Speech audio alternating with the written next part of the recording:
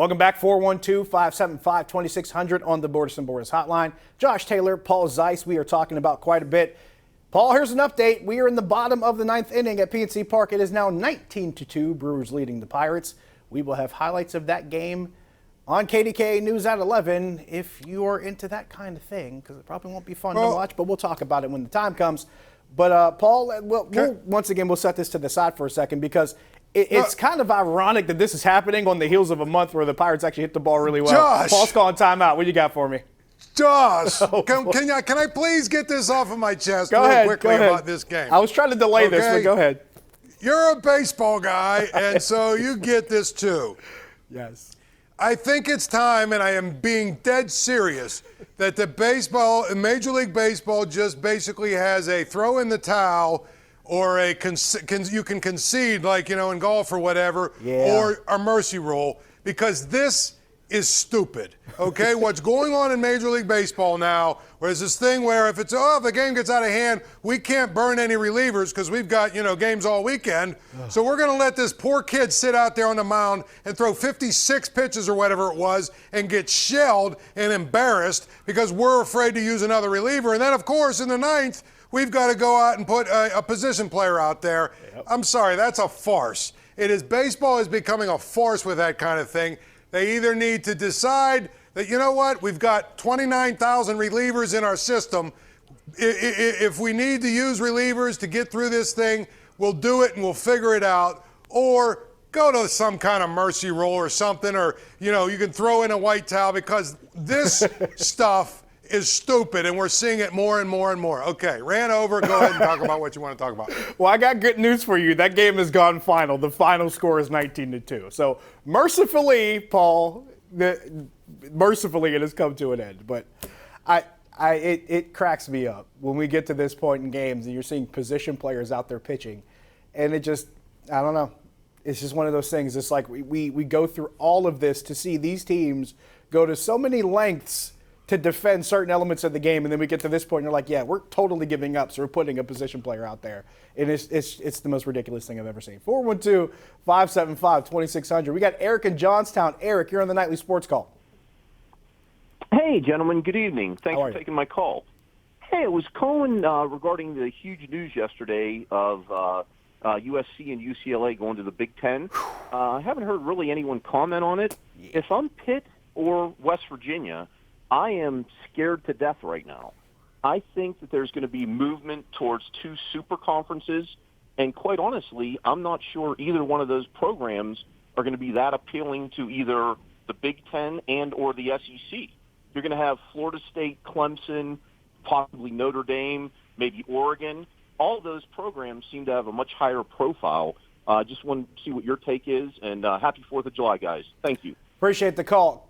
Paul, I'm really perplexed with this one just because, and I'll get to West Virginia and Pitt here in a second, because we're getting to the point where when we saw Texas and Oklahoma jump ship from the Big 12 to join the SEC, it was one of those that's just like, all right, maybe we didn't see it coming, but you can maybe even justify it a small bit, maybe a hair or a fraction as to why that might make sense for Texas and Oklahoma. On the other side of things, UCLA and USC joining the Big Ten. I cannot seem to figure out how this is going to help those two programs. I know about the whole TV contract situation, and I understand how that's going to be reshuffled here in a little bit with the Big Ten. And their contract was a pretty good one, and it's probably going to get better. I get that part. But as far as the logistics of it all, the competition of it all, Lincoln Riley just left Oklahoma to go to a team that's now playing in the Big Ten after not staying with a team that was going to the SEC. Paul, make this make sense. I'm confused. Well, here's the thing. I think Oklahoma and Texas going to the SEC was stupid. I mean, Oklahoma was they were in the playoff, like 5 out of 7 years or something? Exactly. Because they had a conference they could dominate. And Texas was terrible. Them and Texas could dominate that conference. Well, now those two teams are going to a place where they're going to struggle. Like, it makes no sense to me why you would do that competition-wise, and I can't imagine that, they're starving in the Big 12. I know that the contracts aren't as what they are in the SEC and the Big 10.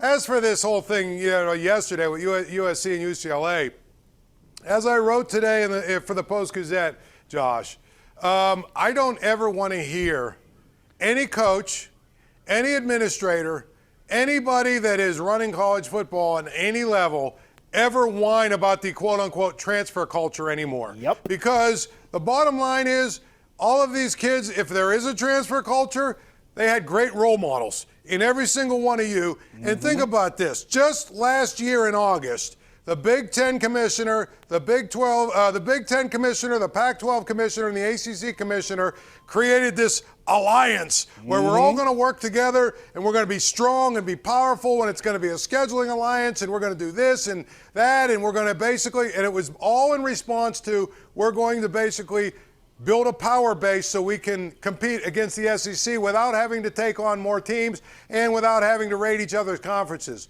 We're not even a year removed from that, and the Big Ten has just raided the Pac-12 for their two most important, members. And the funny thing is, yesterday the Pac-12 was having, press conferences screaming bloody murder. Today they're talking about, well, you know what, we've got some plans for expansion. Well, how are you going to expand? Oh, that's right, you're going to go to someone else's conference and raid them. I mean, it's a joke. It's all a joke. And as for Pitt and West Virginia, look, whatever the landscape is, I think there's a lot of paranoia that just is not really founded in much of anything. From the standpoint, Josh, all of these power teams have to have somebody to play. Yeah, I mean, what are you going to have, 20 teams and then have playoffs with 20 teams? That's not sustainable as a model. They have to have somebody to play, number one, Josh. Number two, as much as football drives the bus, none of these schools want to be the schools or the conferences that blow up the NCAA tournament, which, oh, by the way, brings billions as well.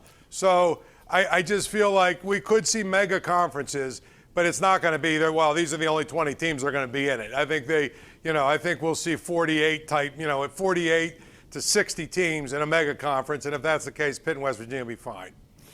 Everything this guy just said. This is why I'm pointing. Everything he just said. Paul, we've been talking about this for years now.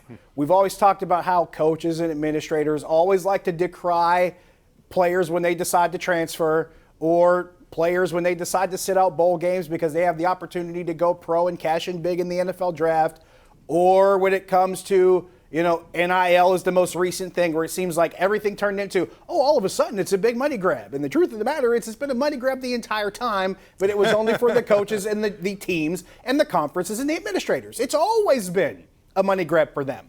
It only started to become more of a recognizable situation for players to cash in within the past couple years. And all of a sudden, everyone's up in arms. But now there is no way, as Paul laid this out, there's no way to explain this away. We can't sit here and talk about players entering the transfer portal and leaving when a coach says, coach sees a more attractive situation, like a Brian Kelly, for instance, who leaves Notre Dame to go to LSU because LSU is a more attractive opportunity for him and they're offering him more money. So he can just jump from one place to the other and no one bats an eyelash because, coaches are allowed to do that. But a player transfers and does that, that's a bad thing. But now we're seeing teams like Texas and Oklahoma, who, by the way, Paul, to your point, we're two of the richest schools in the Big 12 and they're jumping to the SEC for a more lucrative opportunity. And you have USC, who's the richest school in the Pac-12, although Oregon might have something to say about that, but now they jump to another conference. So if a player isn't happy and he wants to leave, bad. But if a coach isn't happy or a team isn't happy and they want to leave, no big deal. Makes zero sense.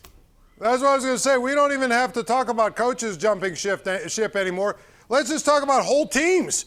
And again, every one of these did you see these statements that were made by like the Big Ten schools and this and that? Oh, well, we're really, this is great for student athletes. We're really happy to bring in two schools that, care about graduation rates and academics. Here's my thing. Could we stop doing this thing we've done for the last 2 or 3 years where everyone just lies and can't just tell the truth? You know what I mean? It's like, oh, I see. Really? So did you invite Duke and Vanderbilt? Is that who you brought in? No. You just happened to bring in two teams in the second largest market in the country. One happens to be a blue blood in basketball. The other is one of the top 5 football programs of all time. But yes, let's talk about the academics and their GPAs and all the other stuff that you have to talk about if you're a school president or administrator to really make yourself be able to look in the mirror and think that, someone might have bought that.